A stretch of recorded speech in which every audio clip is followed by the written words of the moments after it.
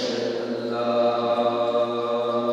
إله إلا الله ونشهد أن سيدنا ومولانا محمد صلى الله عليه وعلى آله وصحبه وبارك وسلم. أعوذ بالله من الشيطان الرجيم.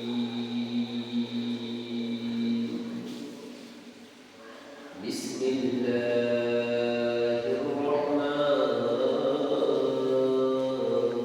الرحيم.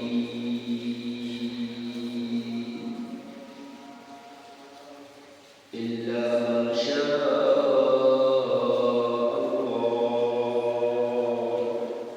إنه يعلم الجهر وما يخفى. صدق الله مولانا العظيم وصدق رسوله الكريم. وقال رسول الله صلى الله عليه وسلم: من ستر مسلما ستر الله يوم القيامة، أو كما قال عليه الصلاة والسلام. شكرا جزيلا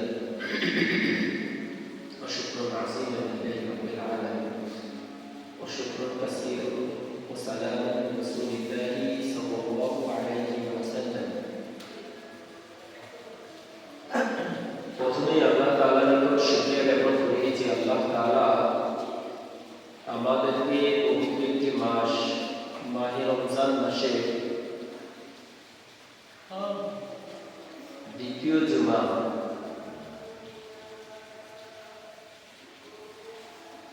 এই দ্বিতীয় জুমায় আল্লাহর ঘর পবিত্র স্থান মসজিদে আসা, বসা, কিছু কথা শোনার এবং এই পর্যন্ত কিছু কথা বলার দান করেছেন। এই কারণে সবাই শুকরিয়া বলে আলহামদুলিল্লাহ। আলহামদুলিল্লাহ। সময় খুব কম, কাজ অনেক বেশি। সময় খুব কম, কাজ অনেক বেশি। কত কম সময় মানুষের হায়াতে আল্লাহ রাসূল সাল্লাল্লাহু আলাইহি ওয়াসাল্লাম হাদিস শরীফের মধ্যে বলেন, আখিরাতের জিন্দেগি চাইতে দুনিয়ার জিন্দেগিটা হচ্ছে শস্যের দানা পরিমাণও নয়।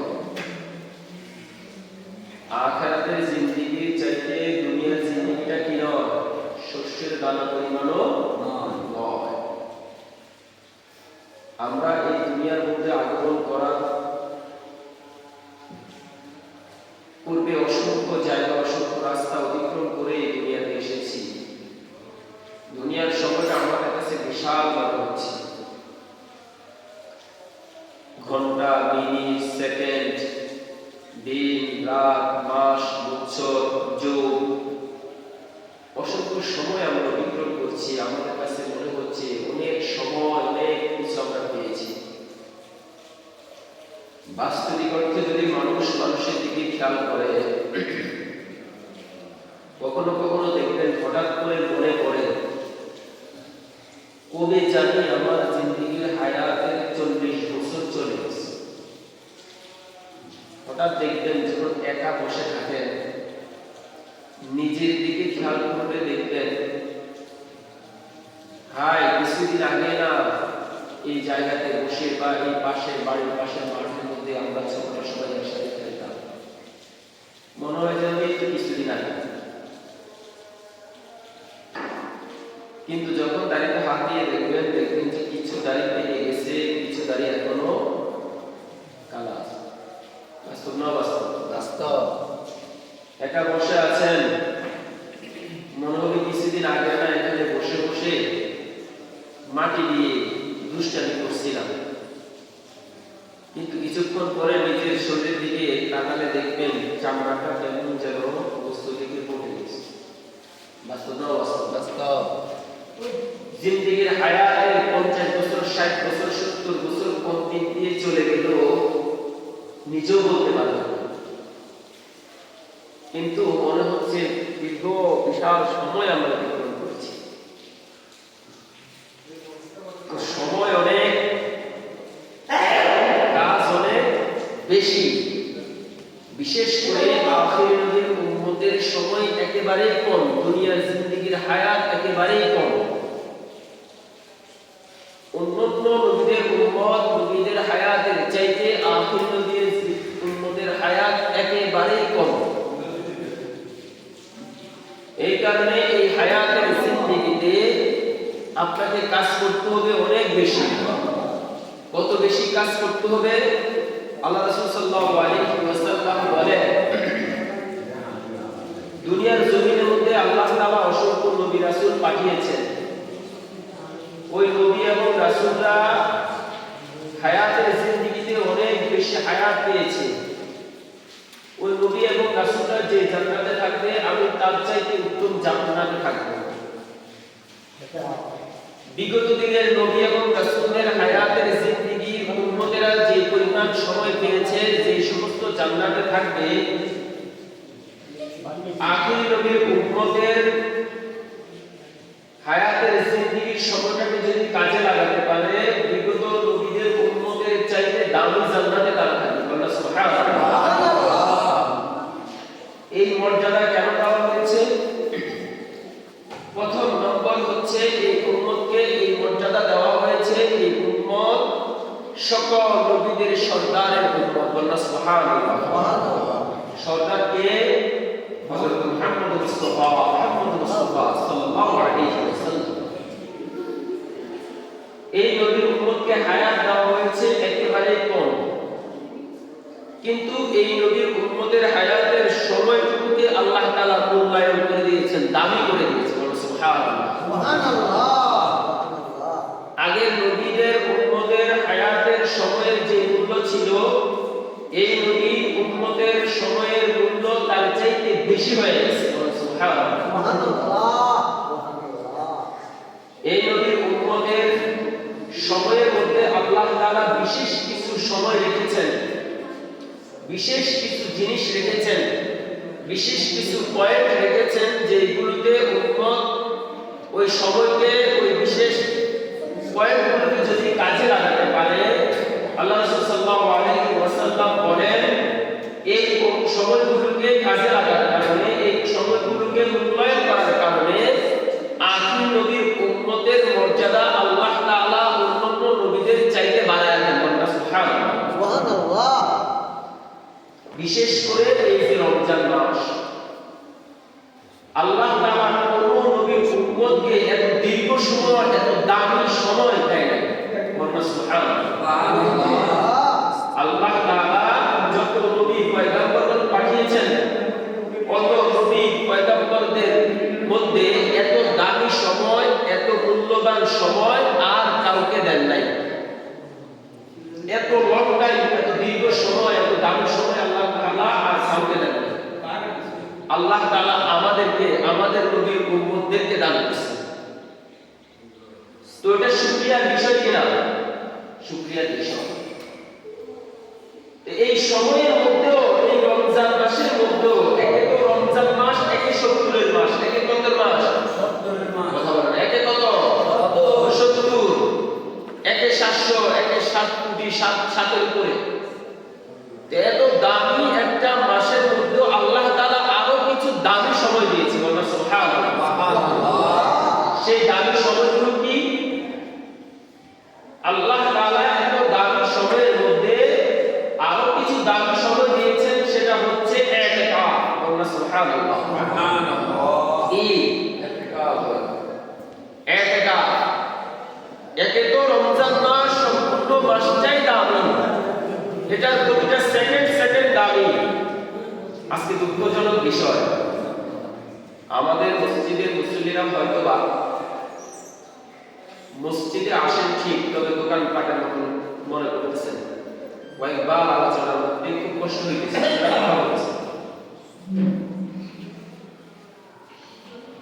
এটা হয়তোবা আমি আপনাদেরকে বোঝাতে পারবো না। যখন একটা মানুষ আলোচনা করতে বসে, আমাদের জ্ঞান খেয়াল আপনাদের নজর এবং আল্লাহ রহমতের দিকে থাকে। কয় জায়গায় থাকে? আল্লাহর রহমত। দুই জায়গায়। সামনে যারা আছে তাদের চোখের দিকে, আর একটা জায়গা থাকে যে ওলামায়ে কেরাম আল্লাহর উপর ভরসা করে আলোচনা করেন, তাদের একটা দৃষ্টি থাকে আল্লাহর রহমতের দিকে। কারণ আপনাদেরকে আমি কি বলবো আর আপনারা কি শুনবেন, আপনারা আমার কথায় আসলে বুঝবেন কি বুঝবেন না, আমরা প্রত্যেকটা ওয়ার্ড, প্রত্যেকটা সময়, প্রত্যেকটা সেকেন্ড আল্লাহর কাছে চাই। এটা তো আমরা আপনাদেরকে বোঝাতে পারি না। কারণ আমাদের দায়িত্ব হচ্ছে বাগদিগো আমি আল্লাহর বিধানগুলোকে সুন্দর করে মেসাল দিয়ে কোরআনের প্রেক্ষাপট, হাদিসের প্রেক্ষাপট, সাহাবায়ে কেরামদের ইতিহাস, বর্তমান প্রেক্ষাপটকে জড়িত করে তা আপনাদের সামনে উপস্থাপন করা। এবার বোঝার দায়িত্ব, বুঝে নেওয়ার দায়িত্ব হচ্ছে আপনাদের, তবে যে আমল করার দায়িত্ব কার? আল্লাহ। কিন্তু পাত্রটা খাঁটি হতে হবে, পাত্রটা পরিষ্কার হতে হবে, পাত্রটা সুন্দর হতে হবে। কেন? যদি একটা পাত্রের মধ্যে খারাপ কোনো জিনিস রাখা থাকে, কথা ভালো করে বুঝবেন, একটা পাত্রে যদি কি থাকে, খারাপ কোনো জিনিস থাকে, ময়লা থাকে, আপনি বাথরুমের ময়লা এক পাত্রের মধ্যে রেখে এটার পাশে ভাত রেখে খেতে পারবেন না? কথা বলেন না, সম্ভব না। আপনি ময়লার একটা ভান্ডের মধ্যে, ডাস্টবিনের ময়লার সাথে আপনি বিরিয়ানি রেখে খেতে পারবেন না। তো আমি যদি আল্লাহর উপর ভরসা করে, আল্লাহর উপর নিসবত করে আপনাদের সামনে কথা উপস্থাপন না করি, তাহলে আমার অন্তরে যদি নেগাটিভ থাকে, খারাপ থাকে, এই সময় আমার চিন্তা চেতনা যদি ভিন্ন থাকে, আমার থেকে আপনাদেরকে যে জ্ঞান, যে কথা, যে বার্তাগুলো পৌঁছানো হবে, এই বার্তার মধ্যেও তো ভালো কোনো কিছু থাকবে না, থাকবে কিনা? কখন? এই কারণে আমি একটা অনুরোধ করব, মসজিদের এরিয়ার ভিতরে ঢুকে কথা বন্ধ করে দেবেন, একটু কথা শুনতে চেষ্টা করবেন। আসলে আমাদের মুসলমানদের একটা বদ অভ্যাস হয়ে গেছে, আমরা মনে করি ধর্মগতভাবে আমরা মুসলমান হওয়ার কারণে আমাদের আর কিছুই জানা দরকার নেই। মসজিদে আসবো, নামাজ পড়বো, চলে যাবো, আর নিজের কাছে ভালো লাগলে এটা যদি নিজের মতন মনে হয় তাহলে সেটা ধর্ম, আর নিজের মতন মনে হলে সেটা ধর্ম না, সেটা বাদ। বাস্তব না বাস্তব? আমরা সবার ভিতরে অভ্যাস, একেবারে সবার ভিতরে অভ্যাস। আমরা ধর্মকে, ইসলামকে বোঝার চেষ্টাই করি, অথচ ইসলাম গুণমায় পুরা জীবন বিধান সব কিছু ইসলামের ভিতরে। এখানে দুঃখজনক বিষয় কথা বলবো, এই যে আলোচনা করলাম, ওখানে আপনাদের কথা কানে কয়েকবার কথা ঘুরে যায়, ব্রেন ঘুরে যায়। এই যে নষ্ট করে দিচ্ছে ব্রেন, চিন্তা চেতনাকে ঘুরে দিচ্ছে আপনার কারণে।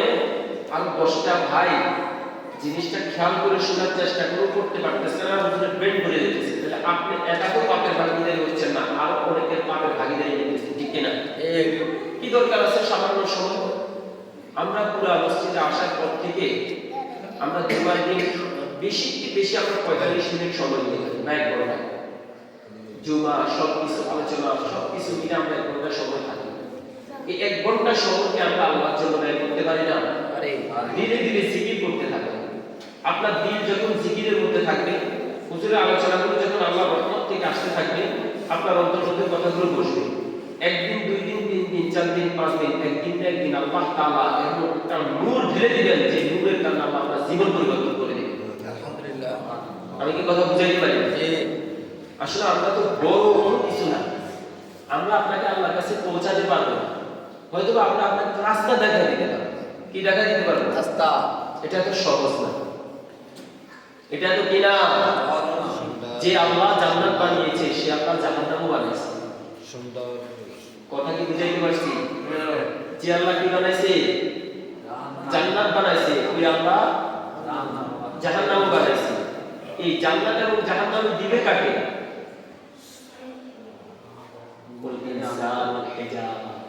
পাথর এবং মানুষ। এবারে আপনার উপকারে জান্নাত না জাহান্নাম আপনি জানেন না?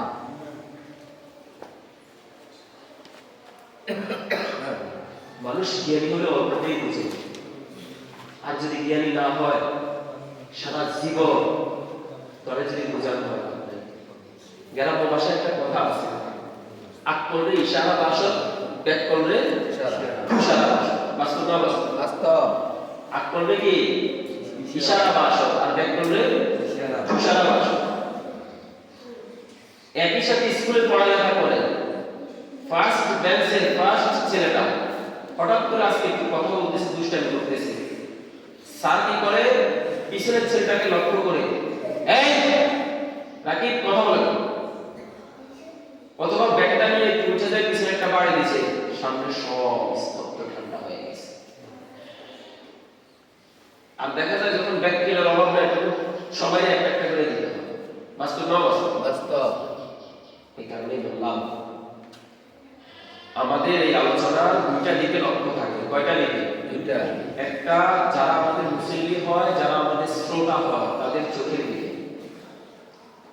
চোখের দিকে তাকালে আমরা বুঝতে পারি ওনার মেন্টালিটি এখন কোন চিন্তা চেতনা ঘটতেছে, ওর মস্তিষ্কের মধ্যে কোন ভাবনা ঘটতেছে।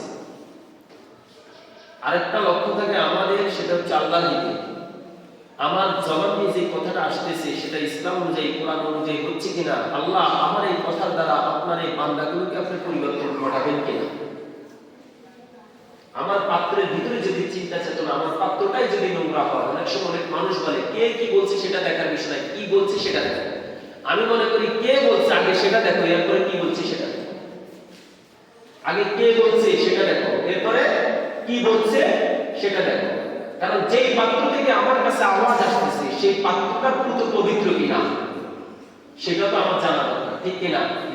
ময়লা পাত্র থেকে যতই মিশ্রিত ভালো জিনিস আসুক, সেই ভালো জিনিসটার সাথে কিছু না কিছু মিশ্রিত ময়লাও আছে। এই কারণে সকল ব্যক্তিদের থেকে কথা নেওয়া যায় না, সকল ব্যক্তিদের কাছে যাওয়া যায় না, সকল ব্যক্তিদের স্থানে প্রবেশ করা ঠিক না। আল্লাহ তাআলা দুনিয়ার জমিনে এই কারণেই বলে দেন, দুনিয়ার জমিনের মধ্যে যে জায়গার মধ্যে আল্লাহর সাথে শিরক হয় সেই জায়গা দিয়েও হাঁটাও ঠিক না। যতক্ষণ পর্যন্ত সেই জায়গার মধ্যে তুমি থাকবা, ততক্ষণ পর্যন্ত চেষ্টা করবা ওই জায়গা দিয়ে যত দ্রুত সম্ভব অতিক্রম করে চলে আসা। কারণ ওই জায়গার মধ্যে আল্লাহ তাআলা সার্বক্ষণিক আল্লাহর লানত ঢালতে থাকে। কি ঢালতে থাকে? লানত ঢালতে থাকে। এই যে হিন্দুত্ব এলাকাগুলি, যেগুলো হিন্দু অধ্যুষিত এলাকা, খ্রিস্টান অধ্যুষিত এলাকা, বিজাতি বিধর্মীয় অধ্যুষিত এলাকা, হিন্দুদের যখন প্রোগ্রাম হয়, এই জাতীয় যে সমস্ত জায়গার মধ্যে আল্লাহ শিরিক করা হয়, ওই জায়গাগুলো থেকে দ্রুত চলে আসার জন্য বলা হয়েছে। কেন? কারণ ওই জায়গাগুলো দিয়ে তাড়াতাড়ি অতিক্রম করতে হবে। কারণ এখানে যদি আমি থাকি, আমি মুসলমানের কলমের ভিতরে আল্লাহ বিদ্বেষী চিন্তা চেতনা ঢুকে যেতে পারে। এই কারণে যে ব্যক্তি থেকে আমি কথা নিতেছি, ওই ব্যক্তিকেও দেখতে হবে, ওই স্থানটাকেও দেখতে হবে, আর কি বলতেছে সেটাকেও দেখতে হবে। কথা কি বুঝাই দিচ্ছে?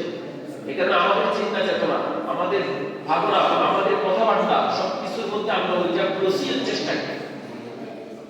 তাই আমার অনুরোধ থাকবে, মসজিদে এসে কথা বলবেন। আপনাদের কথার কারণে আজকে অনেক ডিস্টার্ব হয়েছে। এই যে 10টা মিনিট নষ্ট করলেন এই কথাটা বলার জন্য, এতক্ষণে আমি ইতিকাফের বিষয়গুলোকে আরো অনেক আগে নিতে পারতাম। পারতাম কি পারতাম? প্রতিটা করে দিয়েছেন। এই কারণেই বললাম আমাদের মুসলমানদের অবস্থা এমন একটা অবস্থা হয়েছে, যে অবস্থা হচ্ছে আমরা নামগতভাবে মুসলমান, আর কিছু আমাদের দরকার নাই। মনে ভালো লাগছে নামাজ পড়লে পড়লাম, নাই নাই মনে ভালো লাগছে এই জিনিসটা পড়লাম, সেটা ইসলাম, আর নয় বাদ। বাস্তব না বাস্তব? বাস্তব। মুসলমান এমন হাজার লক্ষ লক্ষ কাজ করে সওয়াব মনে করে, অথচ এটা গুনাহ। অথচ এটা কি গুনাহ? গুনাহ। আমাদের মুসলমানদের সংস্কৃতির মধ্যে বিজাতীয়, বিদ্যুৎবাদ, খ্রিস্টানবাদ, এরকম অসংখ্য মতাদর্শ বিস্তৃত হয়ে আমরা এমন অসংখ্য কাজ করি যেটাকে আমরা সওয়াব মনে করে করি, আবেগে করি, যেটাকে আমরা আল্লাহ পাওয়ার জন্য করি, অথচ সেটা পুরাটাই গুনাহ। একমাত্র আমাদের অভাব কি? জ্ঞান। এই কারণে প্রায় সময় খুতবার সময় একটা হাদিস বলে থাকি, তালাবুল ইলমি ফরিদাতুন আলা কুল্লি মুসলিম ওয়া মুসলিমা। এই হাদিসটা কেন বলি? যে মুসলমান নর এবং নারী, পুরুষ এবং মহিলার উপরে ইসলামী জ্ঞান অর্জন করা কি ফরজ। কতটুকু জ্ঞান অর্জন করা ফরজ? আপনার এই 50 বছরে আপনি যেই সেক্টরগুলোতে যেই কাজগুলো আপনি করেছেন, যত কাজ আপনার মাধ্যমে হয়েছে, প্রত্যেকটা কাজ সম্পর্কে আপনাকে ইসলামী জ্ঞান অর্জন করা ফরজ ছিল। আপনি করছেন কিনা? করেন। আপনি ঘুমাইছেন, আপনি খাইছেন, আপনি বাথরুমে গেছেন, আপনি ওযু করছেন, আপনি নামাজ পড়ছেন, আপনি ব্যবসা বাণিজ্য করছেন, আপনি জায়গা জমি করছেন, আপনি সন্তান লালন করছেন, আপনি ফ্যামিলি চালাইছেন, আপনি আপনার জীবন যাপনের জন্য একটা কদম অগ্রগামী হয়েছেন। এই কদমটা, এই পাওটা আপনি যে রাখছেন, সেটা ইসলাম অনুযায়ী হচ্ছে কিনা সেটা জ্ঞান অর্জন করা আপনার উপরে কি ছিল? ফরজ ছিল। অথচ আমরা কতটুকু জ্ঞান অর্জন করেছি? বাস্তবতা বলতে গেলে আমরা মুসলমানরা আমাদের জীবনের সাথে যদি এগুলোকে ইসলামের সাথে অ্যাটাচ করি, দেখা যাবে 50 বছর, 60 বছর, 70 বছর, 30 বছর, 40 বছর, 20 বছর, 22 বছর, যুবক, বৃদ্ধ, আবাল, মহিলা, পুরুষ, আমাদের জিন্দেগিতে আমরা জন্মগ্রহণ করেছি মুসলমান ধর্ম হিসাবে, পিতৃপুরুষ হিসাবে মসজিদ দেখছি, নামাজ পড়ছি, আর বাকি আর কিছুই নেই। বাস্তব আর কিছুই নেই জিন্দেগিতে ইসলামে। ইচ্ছা আসলে সেগুলোকে আমরা ধারাবাহিক ওই স্রোতের সাথে গা ভাসাইয়া ঈদের নামাজ পড়ছি, স্রোতের সাথে গা ভাসাইয়া রোজা রাখছি। যদি বাস্তবিক অর্থে বলা হয় যে এখানে যারা আজকে আসছেন, বলেন তো আমরা যে রোজা রাখছি, রোজার মাসালাগুলো কি কি? একজনও জানি না। বাস্তব না বাস্তব? রাত্রে খাই, দিনে উপবাস থাকি, আবার মাগরিবের আযান দিয়ে ইফতার করি, শেষ।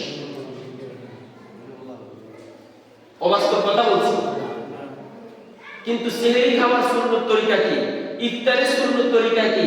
সারাদিন উপবাসে যে আমি থাকবো, রোজা রাখবো, এটার আসলে ইসলামের বিধান কি, কিভাবে রাখতে হবে, এটা আমরা কেউ জানি না।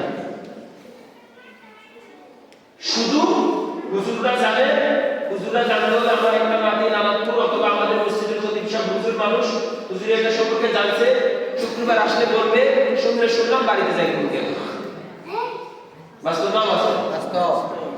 আসলেই আমরা আমাদের ইসলাম সম্পর্কে জানি না। আমরা গতানুগতিকভাবে পশুর মতো এক জাতীয় মানুষ। কিসের মতো? পশুর মতো মানুষ। পশু জন্মগ্রহণ করে, মায়ের পেট থেকে করে, সে তার খাবার খায়, আবার ঘুমাতে যায়। তার কোনো জ্ঞানের প্রয়োজন হয়, তার শিক্ষার প্রয়োজন হয়, তার জান্নাত জাহান্নাম, খারাপ মন্দ কিছুই নাই। সে নিজের মতো যেখানে মন চায় সেখানে খাইতেছে, ঘুরতেছে, শুয়ে যাইতেছে, পায়খানা করতেছে, যেখানে যেটা মন চায় সেখানে সেটাই করতেছে। আমরা এরকম মানুষ নামক এক পশুর মতো জন্তু, যাদের ভিতরে জ্ঞান নাই। মানুষের মধ্যে আর পশুর মধ্যে পার্থক্যই হচ্ছে একটু, সেটা হচ্ছে জ্ঞান। সেটা কি? মানুষ জ্ঞান অর্জন করবে, ওই জ্ঞান দিয়ে তার জীবন যাপন করবে। আর পশু জ্ঞান অর্জন করবে না, তাদেরকে আল্লাহ তাআলা জরুরকে উন্মুক্ত করে দিচ্ছে, সেখানে তারা যেখানে মন চায় সেখানে মুক্তি। বাস্তব না বাস্তব? আপনার বাড়িতে অসংখ্য পশু আছে, ছাগল গরু আছে না নাই? সকালবেলা ছেড়ে দিবেন, কার গাছ, কার জমি, কার ফসল দেখার বিষয় নয়, সে তার সবকিছু খাই দিয়েছে। এর কারণে আগের দিন ফসল খাইছে, মাছ দিচ্ছে, আলু কিরুসতে তাকে আঘাত করছে, গায়ের মধ্যে কাটা লেগে দিছে, এরপরের দিন এসে দেখবেন আবারও সে খাইতেছে। কারণ তার জ্ঞান নেই। কেন মারছে, কেন তার গায়ে কায়দা লাগাইছে, মনে আরেকজনের খাবার খেয়ে ফেলতেছে, তাকে দৌড়ানো দিছে, দেখবেন ওই গৃহস্থ ঘরে যাইতে দিলে আবারও কোনো গাইসা ওই খাবারের মধ্যে পড়ে। বাস্তব না বাস্তব? তারা বোঝে না যে উনি আমাকে কেন দৌড়ানো দিচ্ছে, কারণ এটা আমার খাবার না, এটা আরেকজনের খাবার। ঠিক কিনা? আমাদের বর্তমান মুসলমানদের মানুষের অবস্থা হচ্ছে এই। আমরা গতানুগতিকভাবে জন্মগ্রহণ করেছি, গতানুগতিকভাবে ফ্যামিলি, আত্মীয়-স্বজন, সমাজ থেকে ইসলামিক কৃষ্টি কালচার বলতে মসজিদ আর মাদ্রাসা দেখছি, মসজিদে গিয়ে নামাজ পড়তে একটু জানি, আর বাড়িতে এসে আমার মতো, ইসলামের মতো না, কিসের মতো? কথা বল। আমার মতো আমার জীবন যাপন আমি বুঝতে পারতেছি, শেষ। তো যাই হোক, আল্লাহ আমাদের সবাইকে মাফ করে সবাই আমিন। ইসলামকে মোরা পর্যন্ত একটু বোঝার চেষ্টা করি, বুঝে নিজের মধ্যে কিছুটা হলো ফিট করে আল্লাহর সামনে দাঁড়াইবার চেষ্টা করি। একজন মানুষের ভিতরে আল্লাহর ভয় নাই। বর্তমান জামানায় আলেম ওলামায়ে কেরাম বলেন, মুসলমান বলেন, ধর্মাবলম্বী বলেন, ধর্মবিরোধী বলেন, কারো ভিতরে আল্লাহর ভয় নাই। বাস্তব আমরা একজনও চিন্তা করি না যে আমাকে আল্লাহর সামনে দাঁড়াতে, একজন করি না। আলেমরাও করে না, মানুষও করে না, আমরা করে না, মূর্তিও করে না, অসুস্থ ব্যক্তিও করে না, সুস্থ ব্যক্তিও করে না। আল্লাহর সামনে আমাকে দাঁড়াতে হবে এই চিন্তা আমরা কেউ করি না। আল্লাহ এই কারণে কোরআনে কারিমে বলেন, মানুষ তোমরা এত দিশেহারা হয়ে গেছো, কেমন যেন তোমরা আমার থেকে চুক্তি করে নিয়েছো যে আমি তোমাদেরকে জান্নাতে দেব।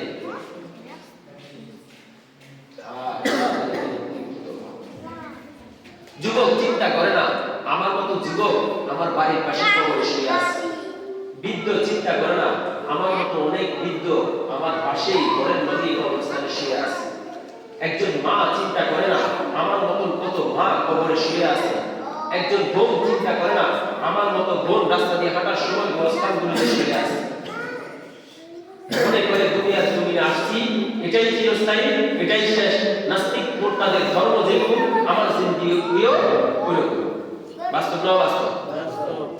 আর একবার মাথা লাগায় চিন্তা করে দেখবেন ইসলাম মধ্যে, একবার মাথা লাগায় চিন্তা করে দেখবেন আপনার জিন্দেগির হায়াতে আপনার নবী আপনি ইসলামের আদর্শ কি মানছেন। ইসলাম বলতে আমরা বুঝি এটা আলাদা একটা তরপা, আলাদা সিস্টেম, আলাদা জিনিস। করলে করলাম, না করলে বাদ দিলাম, দুনিয়াই হলো সব। মানুষ তার ব্রেনের দাস, মানুষ তার বিবেকের দাস, মানুষ তার বিবেক বুদ্ধির দাস, ইসলামের দাস নয়। আমরা বলি আমরা আল্লাহর গোলাম, রাসূলের বান্দা, বলি কি বলি না? আসলে আমরা আমাদের জ্ঞানের ব্রেনের গোলাম। আমরা বর্তমান মানুষ কিসের গোলাম? ব্রেনের গোলাম। সকালবেলায় ঘুম থেকে উঠছি, যেটা আমার মাথায় আসছে সেটাই আমি করে গেছি। বাস্তব না বাস্তব? এই কারণে একটা কথা বলি, নিজের জীবনকে পরিবর্তন করা শিখেন। 70 বছর 60 বছর হায়াতের জিন্দেগিতে জুমা তো বহুত করছেন, আল্লাহ তো অনেক আলেমদের কথা শুনাইছে, আল্লাহ তো অনেক কিছু দেখাইছে। এই ছোট্ট হায়াতের জিন্দেগির মধ্যে এখনো পর্যন্ত কি আপনাদের হুঁশ এখনো ফিরে না যে আল্লাহর বিধানগুলো মানা দরকার? মানুষ আর কবে আল্লাহ আপনাকে জ্ঞান দেবে? কবে আপনি আল্লাহকে চিনতে পারবেন? কবে আপনি ইসলামকে বুঝতে পারবেন? কবে ইসলামের অবস্থান আপনি জানতে পারবেন? অথচ আপনার মতন কত যুবক আল্লাহকে অর্জন করে ফেলেছে, আপনার মতন কত যুবক আল্লাহ পর্যন্ত পৌঁছে গেছে, আপনার মতন কত দাড়ি পাকা মুসল্লি, কত মুরব্বী আল্লাহকে অর্জন করে ফেলছে, আল্লাহর কুদরত অর্জন করে ফেলছে। আর আমরা সামান্য আল্লাহর রাস্তায় কোনো পাড়াও দিতে পারি না, একটু জ্ঞান ছাড়াই না। এই বেলটাকে দুনিয়ার জন্য যে পরিমাণ ব্যবহার করেছি, এর যদি জায়গা পরিমাণ আমরা যদি ইসলামের জন্য ব্যবহার করতাম, আল্লাহ আমাদের মধ্যে পরিবর্তন ঘটায় দিত, বাস্তব ঘটায় দিত, বাস্তব ঘটায় দিত। অতি দুঃখের সহিত কথাগুলো বলতেছি, আজকে যুব সমাজের ব্রেন ধরে না। আজকে মুরব্বী, দাড়ি পাকা একজন মুরব্বী, পর্দার আড়ালের মা বোনদের ব্রেনটাই চিন্তা নাই যে আমি তো ধর্ম অনুযায়ী চলা দরকার, আমার ইসলাম অনুযায়ী কর্ম করা দরকার। কারণ সব কিছু শেষে গিয়ে ইন্নাদ দীনা ইনদাল্লাহিল ইসলাম, সব কিছু শেষে কি কথা বলো, ইন্নাদ দীনা ইনদাল্লাহিল ইসলাম। সব কিছু ঘুরে শেষে গিয়ে আল্লাহর কাছে কবুলিয়ত হচ্ছে ইসলাম। ইসলাম আছে তো আলহামদুলিল্লাহ, ইসলাম নাই তো নাউজুবিল্লাহ। ইসলাম আছে তো কি আলহামদুলিল্লাহ, আর ইসলাম নাই তো কি নাউজুবিল্লাহ। আমার ভাই, এই ইতিকাফ সংক্ষেপে বলে দিচ্ছি, আগামী সপ্তাহ পরে 2 দিন পাবো। আগে থেকে আপনাদের কাছে আমার অনুরোধ করে যাই, এই আলোচনা এখন আর করলাম না, সময় হয়ে গেছে, মনটাই হয়ে গেছে। গত জুমায় একবার বলছি যে কথা বলবেন না, ঘুমাবেন না, ঘুম আসলে নিজে নিজে একটু দাঁড়িয়ে যাবে, সমস্যা আছে কথা বলবেন। আমার মসজিদে কিন্তু ঘুম আসতেছে, আমি যদি একটু নিজে একটু দাঁড়ায় যদি একটু লাড়াচাড়া দিয়ে আমার বসে যাই, সমস্যা আছে? কোনো সমস্যা নেই। আপনারা তো মসজিদে আসেন অনেক করে, শহর কেন্দ্রিক জ্ঞানী ব্যক্তিরা জুমার দিন যারা আল্লাহ তাআলা যাদেরকে মসজিদ দিয়ে বিভিন্ন শহরে ঘুরাইছেন, শহর কেন্দ্রিক মসজিদগুলোতে মুসল্লিরা হুজুরদের কথা শোনার জন্য আগেই মসজিদে চলে আসে। কারণ ওনারা নিয়ত করে আমরা তো সারা বছর বিভিন্ন জায়গায় যেতে পারি না, বিভিন্ন ভাবে আমরা ওলামায়ে কেরামদের কথা শুনতে পারি না। ইসলাম সম্পর্কে আমাদের শিখার মতো এখন আর মাদ্রাসায় পড়ে অর্জন করার তৌফিক নাই। শহরের যুবকরা গ্রামের যুবকদের চাইতে বেশি নামাজ পড়ে। বাস্তব না বাস্তব? অস্বীকার করার কিছু নাই। দেখবা শহর কেন্দ্রিক নামাজ পড়ে দেখবা তোমার মতো এরকম অসংখ্য যুবক মসজিদের মধ্যে। শহরের কেন্দ্রিক মানুষগুলো বেশিরভাগ নামাজি হয়, কারণ তারা ওলামায়ে কেরামদেরকে শ্রদ্ধা করে। টাকা ঠিক আছে, টাকার মালিক, আপনাদের চাইতে বেশি টাকার মালিক, কোটি কোটি টাকার মালিক। তারা 12টার আগে মসজিদে প্রবেশ করে বসে থাকে, হুজুর আসবে, বয়ান করবে, কথাগুলো শুনবো। পুরা বয়ান থেকে যে সমস্ত জিনিসগুলো আমার সাথে নাই, আমার ভিতরে নাই, আমার ফ্যামিলির মধ্যে নাই, আমার সেক্টরে নাই, আমি সেগুলোকে বাস্তবায়ন করি। এই কারণে দেখবেন শহরের যুবকদের পকেটের মধ্যে, শহরের কিছু সচেতন যুবকদের পকেটে সবসময় টুপি থাকে। বাস্তব না বাস্তব? মুরব্বীরা আগে আগে মসজিদে চলে যায়, ওয়াক্তিয়া মসজিদে এরকম দোতলা মসজিদ ভরে যায়। আমরা তো ওয়াক্তিয়া মসজিদে জুমার নামাজের লোক পাই না, জামাতের লোক পাই না, 3 জন হয় না, ঠিক কিনা? আর ওনারা ওই মসজিদে জায়গা দিতে পারে না। প্রায় সময় আমরা বিভিন্ন সময় দেখি বিভিন্ন জায়গায় গেলে 2তলা 3তলা মসজিদও আমরা বাইরে দাঁড়াতে হয়, আগে ভরে যায়। তা আমাদের ভিতরে আল্লাহর প্রতি ভালোবাসা, মুহাব্বত নাই, জানার আগ্রহ নাই। এই কারণে আল্লাহ তাআলা আমাদের ভিতরে ওই চিন্তা চেতনা, ওই আগ্রহ পয়দা করেন। গ্রাম্য মানুষ নিজেকে অধিক জ্ঞানী মনে করে, এই কারণে তারা সবকিছু থেকে পিছিয়ে থাকে। শহরের মানুষ নিজেকে কম জ্ঞানী মনে করে, এই কারণে তারা সর্বদিক থেকে অগ্রগামী থাকে। বাস্তব সঠিক। গ্রাম্য মানুষ নিজেকে কি মনে করে? অধিক জ্ঞানী মনে করে, এই কারণে সবকিছু থেকে কি থাকে? পিছিয়ে থাকে। আর শহরের মানুষ নিজেকে কম জ্ঞানী মনে করে, এই কারণে সব দিক থেকে অগ্রগামী থাকে। মসজিদ মুসল্লি বেশি, তাদের অর্থ বেশি, তাদের সব দিক কি সম্মান বেশি, কিন্তু দেখবেন যখন এলাকায় আসে আপনার মতো নরমাল আপনাকে সম্মান দিয়ে ছেড়ে দেয়। বাস্তব না বাস্তব? এই কারণে এগুলো বুঝতে হবে। তো ইতিকাফে বসার জন্য সংক্ষেপ কথা অনুরোধ করে যাচ্ছি, যারা মুরব্বিরা কেরাম আছেন, যুবকরা আছেন, যে যে পারেন ইতিকাফে বসার জন্য এখন থেকে নিয়ত করেন। সামনে জুমা বলে দিব কবে থেকে ইতিকাফে বসার জন্য কি করবেন, এখন থেকে কি করেন। গতবার একবার অনেক কষ্ট করে অনেক বুঝিয়ে শুনিয়ে দু একজন মানুষকে বসাইছে, মনে হয় যেন এই 10 দিনেই উনি কোটিপতি হয়ে যাবে। মনে হয় যেন ইতিকাফের এই 10 দিনে উনি যদি এলাকা নিজের ফ্যামিলির সাথে থাকে, এই কয়েকদিনই ফ্যামিলিকে নিয়ে তিনি দুনিয়া আখিরাত সব কামাই দেবেন। বাস্তব না বাস্তব? এই কারণে ইতিকাফে বসে না। অথচ দেখা যায় এই 10 দিনে তার অবহেলায় অবলীলায় চলে যায়, অবহেলায় অবলীলায় চলে যায়। আর আল্লাহ তাআলা বলেন এই 10 দিনের ভিতরে যদি কোনো মানুষ ইতিকাফে থাকে, আল্লাহ তাআলা অনেক পরিমাণ সওয়াব দান করেন। কি পরিমাণ সওয়াব দান করেন সেটা মানুষ কল্পনা করতে পারে না। আর সরাসরি আল্লাহর নৈকট্য হাসিল করার জন্য এই 10 দিনের ভিতরে সময় সরাসরি আল্লাহর সাথে, বান্দার সাথে সরাসরি যদি আল্লাহকে পেতে চায়, এই 10 দিনের ভিতরে গুরুত্বপূর্ণ সময়। বুঝিয়ে তোরা, জানিয়ে তোরা, আল্লাহ তাআলা বুঝার তৌফিক দান করুন। আমিন। আরেকটা গুরুত্বপূর্ণ বিষয় যাকাতের বিষয়। যাদের সম্পত্তি সংক্ষেপে বলে দিতেছি মাসালাগুলো, এখন আপনারা যাকাত দেওয়ার সময় হয়েছে, ঠিক কি না? যাদের যাকাত দেওয়ার তৌফিক আছে হিসাব করে যাকাত দিয়ে দিবেন। জাররা পরিমাণ যদি টাকা যাকাতের সম্পদ আপনার সাথে, আপনার সম্পত্তির সাথে মিশ্রিত থাকে, এটা আগুন। এটা কি আগুন? কিসের আগুন জানেন? দুনিয়ার আগুন না। এটা আপনার জন্য জাহান্নামে আপনার খাবার, আগুনের খাবার হয়ে দাঁড়াবে।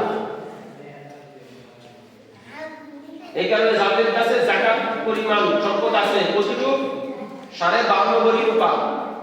বর্তমান মার্কেট হিসাব করে নেবেন, 52.5 কোটি রূপা যদি আপনার ঘরে থাকে, অথবা 52.5 কোটি রূপা ক্রয় করার মতো টাকা যদি আপনার কাছে থাকে, কথা বুঝাইতে পারছেন? এবং 7 ভরি স্বর্ণ, অথবা যদি 7 ভরি স্বর্ণ নাই কিন্তু রূপা এবং স্বর্ণ মিশ্রিত আছে, আছে না? না, একটা রূপা রাখি আছে, একটা হাতের বালা আছে, স্বর্ণ, দুইটা মিশ্রিত। তাহলে আপনাকে হিসাব করতে হবে এই দুইটাকে মিলাইয়া 12.5 কোটি রূপা আমি কিনতে পারবো কিনা। এই পরিমাণ টাকা যদি, এই পরিমাণ সম্পদ যদি আপনার কাছে 1 বছর, কত বছর? 1 বছর থাকে অতিক্রম করে, তাহলে আপনাকে এই টাকার টাকা দিতে হবে। ব্যাংকে অনেক সময় টাকা রাখি না, কথা বলেন, 5 লাখ, 4 লাখ, 5 লাখ, 6 লাখ, 10 লাখ ব্যাংকে টাকা জমা থাকে না? নাই। এই ব্যাংকে যদি কারো টাকা 1 বছর থাকে, এটা যদি ওই পরিমাণ টাকা হয় যে 5.5 রূপা আমি কিনতে পারবো, এটা যদি 1 বছর অতিক্রম করে ব্যাংকের মধ্যে এটা যাকাত আসবে। শতে 2.5 টাকা, শতে কত? 2.5 টাকা। 100 টাকা 2.5 টাকা, 2.5 টাকা, 100 টাকা সহজ হিসাব। 100 টাকায় কত? 2.5 টাকা, 2.5 টাকা আপনাকে যাকাত দিয়ে দিতে হবে 1 বছর অতিক্রম করলে। ব্যবসার জন্য জায়গা কিনা, এখন জায়গা কিনা ব্যবসা করে না? জায়গার ব্যবসা করে না? প্লটের ব্যবসা করে না? আছে না নাই? এই জায়গা কিনছে, 1 বছর জায়গাটা পড়ে রয়েছে, এটা আপনার ব্যবসা, এটার উপর যাকাত আসবে। যদি 52 কোটি রূপা কেনার মতো টাকা এখানে থাকে অথবা এর বেশি থাকে, শতে 2.5 টাকা করে হিসাব করে আপনাকে যাকাত। অনেকে মনে করে, অনেক সময় অনেকের যাকাতের টাকা আসে লক্ষ টাকা, আপনার মাঠ পর্যায়ে পড়ে আছে এই যাকাতের টাকা, ব্যাংকে পড়ে আছে যাকাতের টাকা, এটার মধ্যে যে টাকা আছে ওটার মধ্যে আপনার যাকাতের টাকা আছে, আপনার হাতে টাকা নাই, আপনাকে এটা টাকা হিসাব করে যাকাতের টাকা হিসাব করে ব্যাংক থেকে উঠে দিয়ে দিতে হবে। কথা কি বুঝাইতে পারছি? অনেকে মনে করে ব্যাংকে তো আমার টাকা আছে, মাঠে আমার জায়গার ব্যবসা করি, কোটি টাকার জায়গা পড়ে আছে, কিন্তু হাতে তো এখন কি নাই, কথা বলেন, টাকা নাই। আপনাকে হিসাব করতে হবে কত টাকার জায়গা আমার কাছে আছে, টোটাল আমার যাকাত কত পার্সেন্ট আসে। যদি না বুঝেন, কোনো একজন ভালো আলেম মুফতির সাথে যোগাযোগ করে যে আমার এই পরিমাণ সম্পত্তি আছে ব্যবসা, আমার এই পরিমাণ টাকা আছে ব্যাংকে, আমার এই পরিমাণ স্বর্ণ আছে ঘরে, হুজুর আপনি আমাকে একটু হিসাব করে দেন আমার কত টাকা যাকাত আসছে। কথা কি বুঝাইতে পারছি? হুজুর হিসাব করে দিবে, এই পরিমাণ যাকাত দিয়ে দিতে হবে। অনেক মা বোনরা আছেন যাকাতের টাকা দেয় না, দুঃখজনক বিষয়। অনেক মা বোনদেরও যাকাত খরচ হয়। কি খরচ হয়? যাকাত খরচ হয়। স্বর্ণ, স্বামীর স্বর্ণ দিছে, রূপা দিছে, এটি নিজে আপনাকে দিছে, ঠিক আছে, কিন্তু এটাও যদি আপনার 52 কোটি রূপা কেনার মতন টাকা পরিমাণ সম্পদ যদি থাকে, 1 বছর, কত বছর? 1 বছর যদি অতিক্রম হয়, এটার উপরে আপনাকে যাকাত দিতে হবে। যাকাত ফরজ। যাকাত কি? ইসলামের 5টা ভিত্তির মধ্যে একটা ভিত্তি কি? যাকাত। এই যাকাত আপনাকে দিতে হবে। কাদেরকে দিবেন? 8 জায়গায় যাকাত দিতে পারবেন। কয় জায়গায়? 8 জায়গায়। কয় জায়গায়? 8 জায়গায়। 8 জায়গায় যাকাত আপনি দিতে পারবেন। সামনের জুমায় এই খাতগুলো আমি বলে দিব। আল্লাহ তাআলা আমাদের সবাইকে এই যাকাতকে সুন্দরভাবে, এরপরে ফিতরা। ফিতরা কত টাকায় দেয়? 110। ইসলামিক ফাউন্ডেশন এবার ফিতরা নির্দিষ্ট করছে কত টাকা? 110। ফিতরার টাকা ঈদের নামাজে যাওয়ার আগে দিয়ে দিতে হবে। অনেক গার্জিয়ান দেয় না, অনেক মা বাবা দেয় না। এক ঘরের মধ্যে 5 জন, উনি ফিতরার টাকা দেয় 5 টাকা 5 টাকা করে, মানুষ সিরিয়ালে আসে 10 টাকা 20 টাকা করে ফিতরা দিয়ে দেয়। কত টাকা দেয় হিসাব করেন না, বাস্তব না বাস্তব? আপনাকে বেশিও দিতে বলবেন, কমও দিতে। ফিতরা যত আসছে তত টাকা হিসাব করে আপনি আলাদা করে ফেলবেন। এগুলো অতি পণ্ডিত, কিছু ঘরের মুরব্বীরা আছে, মহিলারা আছে অতি পণ্ডিত, বাস্তব না বাস্তব? অতি পণ্ডিত মহিলাগুলো কি করে, তারা এই ফিতরার টাকা, এই মানুষ যখন গরিব মানুষরা আছে, এখন তো বাড়িতে বাড়িতে বিভিন্ন গরিব মহিলারা যাবে, 5 টাকা 10 টাকা করে দিব, দিয়ে আমার মনে হিসাব করে 150 টাকাও দেয় না, ওই অনেক টাকা দিছি এখন শেষ হয়ে গেছে, অথচ ওনার ঘরের ফিতরাই আসছে 10,000 20,000 টাকা। এরকম হয় কি হয় না? ফিতরার টাকা কিন্তু তার আর্থিক অবস্থার উপর নির্ভর করে ফিতরা দিতে হবে। আপনার মতন আমার মতন কোটিপতি যদি ফিতরা দিয়ে 110 টাকা হবে না, ফিতরা তার শ্রেণী বিন্যাস হিসাবে ফিতরা দিতে হবে। কথা কি বুঝাইতে পারছি? একজন খুঁজে খায়, ভিক্ষা করে খায়, তার উপরেও ফিতরা আছে, তার সন্তানের উপরেও ফিতরা আছে, সে 110 টাকা দিছে। আরেকজনের প্রতি মাসে কামাই হলো 5 লাখ, 6 লাখ, 1 লাখ, 1.5 লাখ টাকা। এবার যারা কাপড় ব্যবসা করবে তাদের লক্ষ লক্ষ টাকা ব্যবসা। এবার যারা লাকসাম বাজারে মুজি দোকান দিছে, তারা রমজানের আগ বিস্কিট মিলে তাদের লক্ষ লক্ষ টাকা ব্যবসা। বাস্তব না বাস্তব? জুতা দোকানদার লক্ষ লক্ষ টাকা ব্যবসা, ও ফিতরা দিতেছে 110 টাকা দিয়ে, আদায় হবে? তো তুই তো খরাইটা মহিলার মতো হয়ে গেছিস। এত টাকা ব্যবসা করে লাভ কি? যদি যে খরাত করনেওয়ালা মহিলা, যে ব্যক্তি আমার দ্বারে এসে ফিতরার জন্য দাঁড়াইছে, ও 110 টাকা টাকা ফিতরা দেয়, আমি একজন কোটিপতি হয়ে আমি 110 টাকা ফিতরা দিলাম, তো তার মধ্যে আর আমার মধ্যে ডিফারেন্স রইল। এই কারণে ফিতরা সিস্টেম 3 স্তর। আমি গত ঈদের আগে একবার এটা আলোচনা করেছিলাম, মনে আছে? ফিতরার স্তর কয়টা? 3 স্তর, নিম্নবর্তী, মধ্যবর্তী, উচ্চবর্তী। কোটি টাকা ওয়ালারা ওই হিসাব করে জাফরানের হিসাব করে ফিতরা দিবে, লাখপতি ওয়ালারা খেজুরের হিসাব করে কি দিবে? ফিতরা দিবে। আর গরিবেরা আটা ময়দার হিসাব করে কি দিবে? আর বুঝাই দিতে হবে। এর কোনো তো কিপটামি করে, এরকম কিপটা আমাদের এই মসজিদে নাই রে, আছে। এই আল্লাহ আমাদেরকে মাফ করে সব না, আমিন। এই কথাগুলো দরকার আছে কিনা? সময় নাই তো, এই কারণে এই সময় একটু সময় নিয়ে বলে দিতেছি। এই ফিতরা আদায় করবেন 110 টাকা করে, যাদের অবস্থান ভালো তারা আরো বেশি দাম দিয়ে ফিতরা আদায় করে নেবেন। ফিতরা ঘরের সবার দিতে হবে। ঈদের নামাজের আগ পর্যন্ত যদি কোনো সন্তান জন্মগ্রহণ করে, একটা ফ্যামিলিতে যতজন ফ্যামিলির সদস্য থাকবে প্রত্যেকের হিসাব করে 110 টাকা করে ফিতরা আদায় করে, মনে থাকবে তো ইনশাআল্লাহ? ঘরে গিয়ে আজকে হিসাব করে বলবেন আপনারা পুরুষ যারা আছেন, আমার ঘরের ফ্যামিলির টোটাল সদস্য কতজন, এতজনের 110 টাকা করে, আমি গরিব মানুষ কত টাকা আসছে ফিতরা হিসাব করে ফেলবেন। অত টাকা, এবারে কিছু টাকা মনে করেন আপনি কি করবেন, আপনার ওয়াইফের কাছে দিবেন, কারণ গরিব অসহায় মানুষ আসবে, বলবেন এই পৃথিবীতে তুমি আদায় করে দিলাম। আর কিছু টাকা আপনার কাছে রাখবেন, কারণ অনেক সময় রাস্তাঘাটের মধ্যে অনেক গরিব অসহায় মানুষ আপনাকেও ধরবে, বাস্তব না বাস্তব? আপনি তাদেরকে দিবেন, হিসাব করে নেবেন এই টাকা যেন আদায় করা হয়। না হলে এই সন্তানের জিম্মা, এই সন্তানের রোগ ব্যারাম বিপদ আপদ বালা মুসিবত ছাড়বে। এটা আমাদের রোগ ব্যারাম বিপদ আপদ বালা মুসিবত ছাড়ে না কেন? আমরা এগুলো আদায় করি, বাস্তব না বাস্তব? আল্লাহ তাআলা আমাদেরকে সবাইকে বুঝার তৌফিক দান করুন, আমিন। যাকাত, ফিতরা, ইতিকাফ, তিনটা বিষয় সংক্ষেপে কথা বলে দিলাম। আল্লাহ তাআলা আমাদেরকে মানার তৌফিক দান করুন, তদনুযায়ী নিজের জীবনকে ধারণ করে আল্লাহ দরবারে দাওয়াত তৌফিক দান করুন, আমিন। আসসালামু আলাইকুম ওয়া রাহমাতুল্লাহি ওয়া বারাকাতুহু। কিছু সময় বেশি নিলাম, ক্ষমা চাইতেছি, রাগ করবেন না।